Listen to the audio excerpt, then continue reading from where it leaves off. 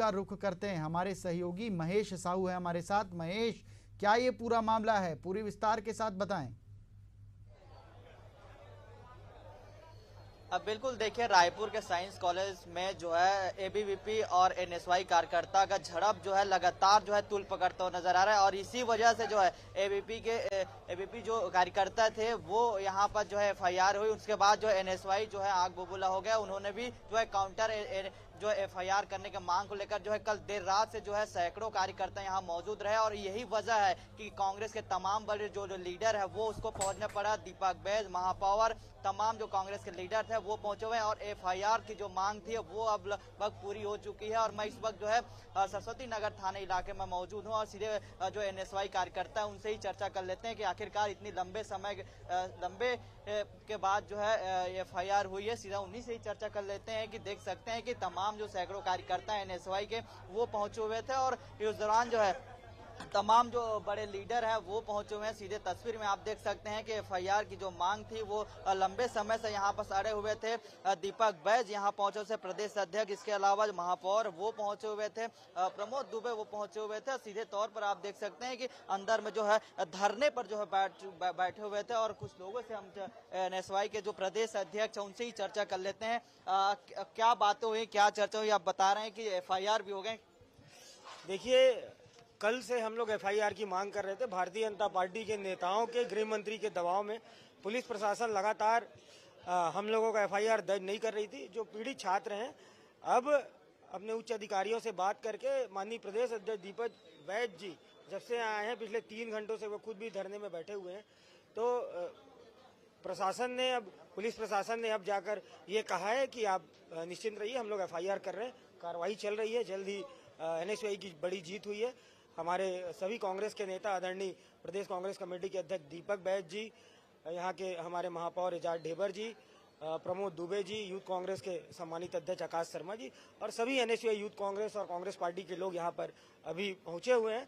Police प्रशासन ने इस बात को समझा और एफआईआर करी है, तो ये बड़ी जीत है। आप लोग कल देर रात से जो है बड़े पैमाने पर जो है कार्यकर्ताओं के साथ मौजूद रहे। आप लगातार धरने प्रदर्शन के नारेबाजी भी करते रहे।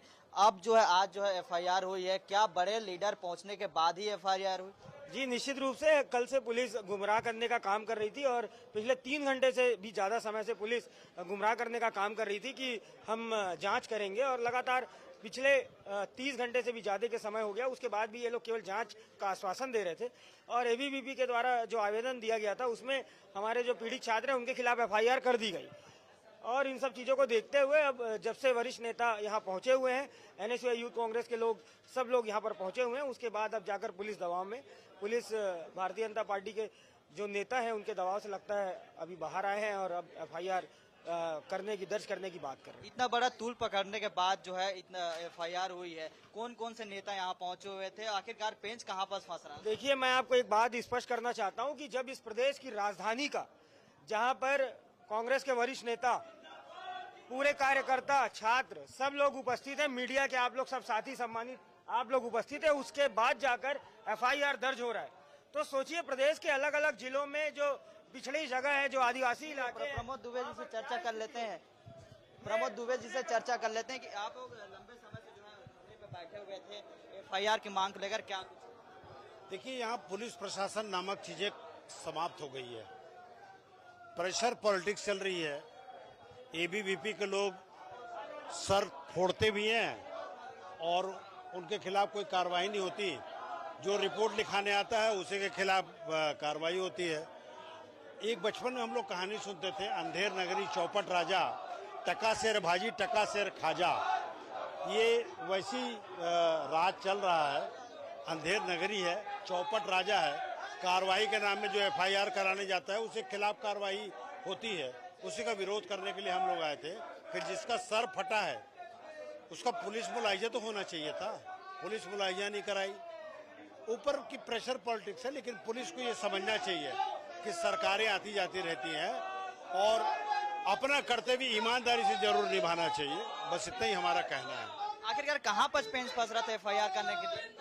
ये तो पेंच वहीं से फंसता है ना, सीएम हाउस से जब इंटरफेरेंस शुरू होती है ना पुलिस के ऊपर, तो ऐसी कार्रवाई को ऊपर उठकर करना चाहिए।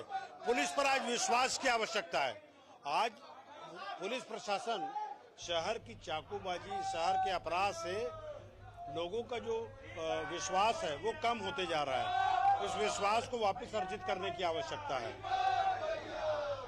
कांग्रेस नेता जिनका साफ तौर से कहना है कि आखिरकार चलिए, बिल्कुल बिल्कुल महेश, बिल्कुल बिल्कुल। तो मामला गर्म है, यहाँ पर एनएसयूआई के नेता प्रदर्शन कर रहे हैं, दीपक बैज भी वहाँ पर पहुँच गए हैं। और चलिए, तमाम तस्वीरें दिखाने के लिए, कांग्रेस नेताओं से प्रतिक्रिया लेने के लिए आपका बहुत धन्यवाद महेश। और चलिए अगली